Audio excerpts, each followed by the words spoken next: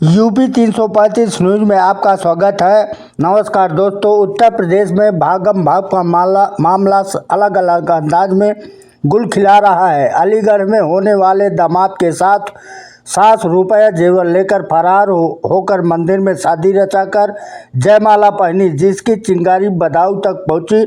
दामाद के पिता के साथ यानी समधी के साथ समधन रुपया जेवर लेकर फरार हुई है। दोनों रिश्तों को कलंकित कर हवसी हवस की प्यास बुझाने को चले हैं। अब देखिए आगे की पूरी खबर। दिल्ली टू काठमांडू गाड़ी चलाता हूँ, मुझे हो गए 2 साल चलाते हुए। मुझे पता नहीं मेरे घर में क्या होता है क्या नहीं होता है।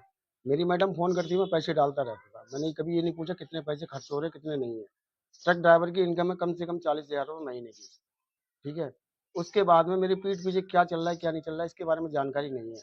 जब जानकारी पड़ी मैंने कहा मैं घर आके बताऊँगा, ठीक है।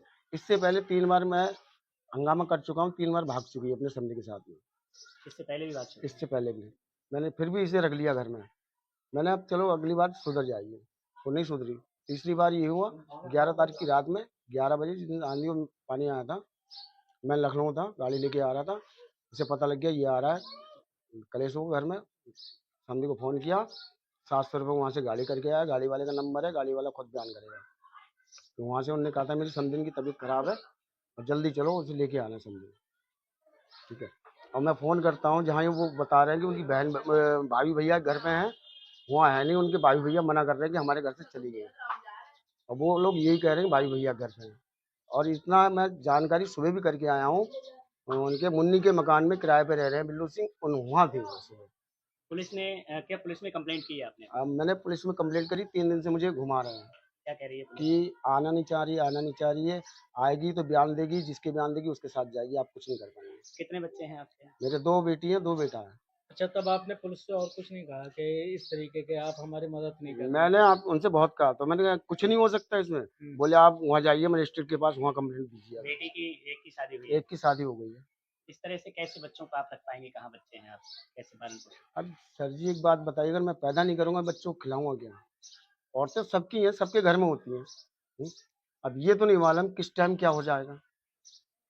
बड़ी लड़की की शादी हो गई, उसकी एक बेटी पुलिस का है। कहना ये भी है कि वो अपने मायके गई हुई है भाई। नहीं मायके नहीं है, इस चीज़ के मैं गवाह भी चले तो अभी पकड़वा सकता हूँ मेरे साथ। लोकेशन पता है आपको? लोकेशन मुझे सारी कुछ मैं सुबह चेक करके आया हूँ। जो आपके समधी है उनकी पत्नी है क्या? उनकी पत्नी है। तो उनकी पत्नी से कोई विवाद नहीं आपस में चल रहा है? वो इसके हमारी मैडम के चक्कर में उनकी पत्नी से ऐसा चल रहा है कि वो घर से किराए पे बाहर रह रहे हैं। वो मारती है इनके लिए। इन सब चीज़ों को लेके आपकी बेटी के साथ तो कोई कलेश नहीं होता है? कलेश तो होगा, जब किसी के घर में आग लगेगी, उसकी माँ को उसका बाप प्यार नहीं देगा तो वो मेरी लड़की को प्यार देगा? नहीं देगा। हुँ? तो इसकी वजह से आपकी बेटी को भी काफी ज्यादा काफ़ी तकलीफ दिक्कत हो रही है। क्या चाहते हैं शासन से, सरकार से? सर जी मैं तो यही चाहता हूँ कि इसका न्याय होना चाहिए, ठीक है? और ऐसा कभी भी कोई औरत कदम नहीं उठाए।